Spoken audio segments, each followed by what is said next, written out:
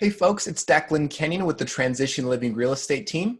I'm here with my partner Carra Riley, and welcome to our weekly transition tip. Today, we're going to talk about the real estate agent's most important job. I'll tell you up front here, the most important job of a real estate agent is giving the seller feedback, communicating with what the buyer said about your listing, your property, your house.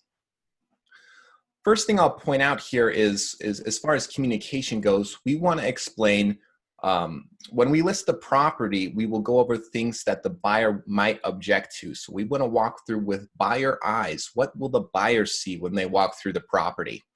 Is that going to be bright walls, too many photos, dead bushes, and flora? We can take care of these things, and they can be changed. Only a couple of things, right? Some things are in our hands and some things are out of our hands. One thing that's out of our hands is something like a busy street. That's going to be location of the property. We can't move a road. We might be able to put some paint on a couple parts of the property. We might be able to take down those pictures. But as far as a busy street, that's something we can't fix. However, we want to go through upfront and kind of explain to you as a seller what the buyer might say when they come through the property, because we want to get that feedback. And that leads me to my next point, is getting ready for the showing. Carra and I and many other agents in the Denver metro area, we use a service called Showingtime. This is how a buyer agent actually schedules a showing to see a property. So if that's your listing, they'll schedule that. We'll let you know. We'll make sure everyone's in communication, so you know someone's coming to the property.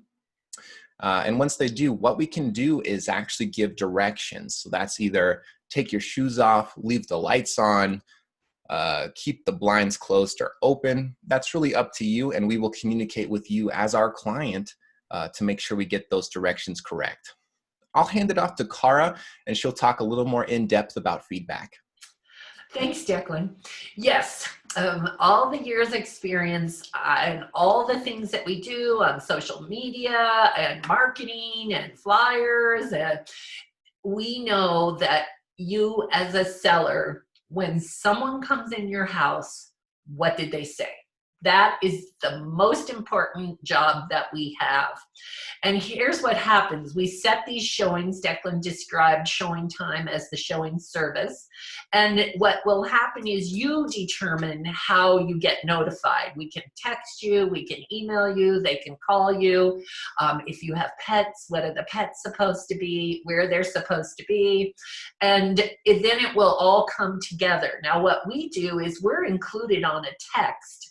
So we all get a text message, Declan, myself, and both sellers. And if there's anybody else you want to know, they text us and let us know there's somebody who wants to show the property. It gives their name, their phone number, and when they want to show it.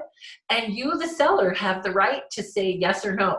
Okay, and if we see it and we're not getting a response within 15 minutes or so of you getting the text, we'll be calling you to say, do you want this showing or not? So we set up in advance directions of how your property can be shown. Now, once we've had the showing, then here's where the anxiety starts to come in as a seller. What did they say? What did they say? How long were they there? These are things. Now, immediately when the showing time is over, let's say it was a Saturday between 2 and 3. At 3 o'clock, at the end of the showing period, an email goes out automatically to that showing agent asking for specific feedback by email immediately. So once they've walked out, once the end time happens, we're already in contact. Now, let's think about the reality of this. If a real estate agent is out showing 4 or 5 properties, they are not going to immediately respond to that email. Let's say it's an out-of-town buyer. It may be 2 or 3 days before the agent is going to get back to us.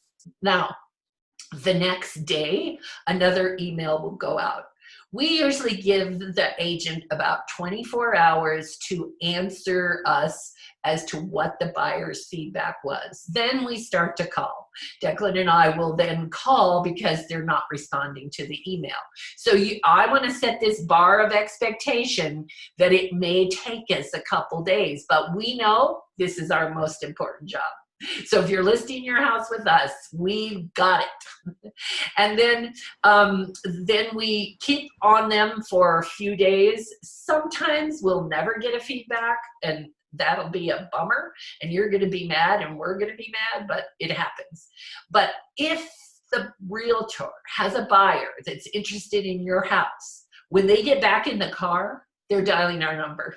Okay, so if we have a buyer, it's not going to take a long time for us to know. And we hope that when we do our walkthrough with you, that we're setting that bar for things that people are going to see. I once had if you remember Z-brick, which was kind of fake brick on the back of your kitchen, asking the seller, well, now are you going to do that in your new home? Oh, no, we hate it. And I'm like, well, that could be a comment that we're going to hear from a potential buyer. So you have a choice. We can maybe give them a credit to take that off, or you can actually take it off. So we will be walking through with you on all of the things cosmetically that you can change, or just tell you we might be hearing that. That way we told you at the listing agreement, at the listing time, what we're going to hear from a buyer, and then either we'll hear it or we won't. But when we have that right buyer, they'll be calling us right away. All right, folks. Well, thank you so much for viewing our weekly transition tip. Subscribe to our transition tips and you can receive them once a week in your inbox. When you join us, you will receive a free PDF on our transition tips. Thank you. See you next week.